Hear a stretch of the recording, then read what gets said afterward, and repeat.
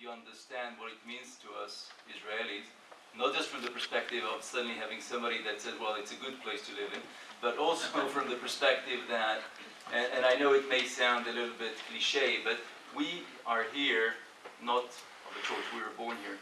And all Israelis look at Israel as a place where the actual reason why we're here is because of common destiny, which was the reason why Jews got to Israel in the past. But this is not enough anymore. And if we just have a common destiny, which is a past destiny, hopefully we know, nothing reminds us of this in the future. That's not good enough. And therefore, we Israelis are looking for the next stage. And the next stage is to have a common choice. And this is the people that come to Israel are the people that make the same choice. It's my choice to live here. It's your choice to live here. And this is critical. And that leads us to the next stage, which is where we want to get to. At least many of the people that I talk to, and we think about the future of the country of Israel and where we want to be in the Jewish people, and that's actually our pact of goal, where we want to be. It's not just that we have a common destiny.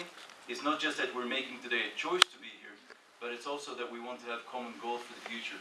Who do we want to be? What do we want to be? And without people from all around the world, Jewish people that come to Israel, that's going to be impossible. So first of all, I think that this is really a critical thing in the future growth of Israel, in our strive toward being a nation with a meaning, and therefore that actually excites me very much. So that's one thing. Now let's talk about something more tachlis, as Israeli says, and that is, why is high-tech the right industry, and what do you guys need to do in order to take part of that phenomenal ecosystem in Israel? And high-tech is the right industry because that's the industry where what you bring has the most value. But not just that; it's also the part of Israel that has it's the most open to people that have a different culture. And I think that it was said before that that you're Israeli when you stop saying why do Israelis behave like that, and you say why do we behave like that. Well, the final stage of assimilation is when you look at foreigners and you say, why do they behave like that? Why do they stand in line? And high-tech is actually the right place. I'm not there yet. High-tech is the right place to start. But I have to warn you, it is not going to be simple. It's not as simple. Like everything else in Israel, this is not simple. And you're going to get many no's.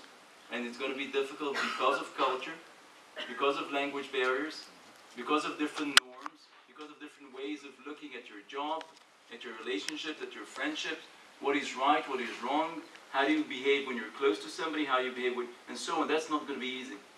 And not only is it not going to be easy, is that there are going to be times when it's going to be very depressing.